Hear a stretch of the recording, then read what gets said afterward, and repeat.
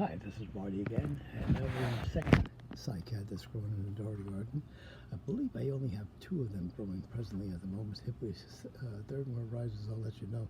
But presently, I used to have the Dayun one up in the front, and Queen or King or Queen Sago palm growing, but no longer here. It's been years since I had them. I'm not sure the status, what happened with them, but the big Dayun was huge, and I used to get infested with these white aphids or something on it, so and it was getting rather huge, so we decided to opt out of it and get into a family of plants that are smaller.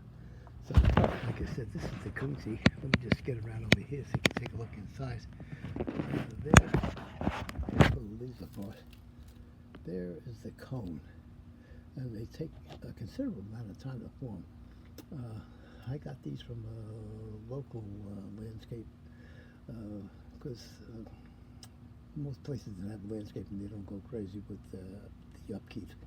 So these seed pods develop over time, and what happens is they get fairly large, about 2 or 3 times the size of that, and the seeds will, you'll see them burst open when they're ready to be picked, and they're like nice size red, about half an inch inside, more not oval shape, but a rectangular type circle, and that's where these came from.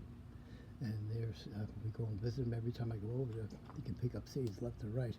It makes a fantastic border landscape plant because there's very little, no maintenance on them. So something to think about when you're putting in a landscape that you don't want to go crazy with. So thank you for stopping by. This is Martin.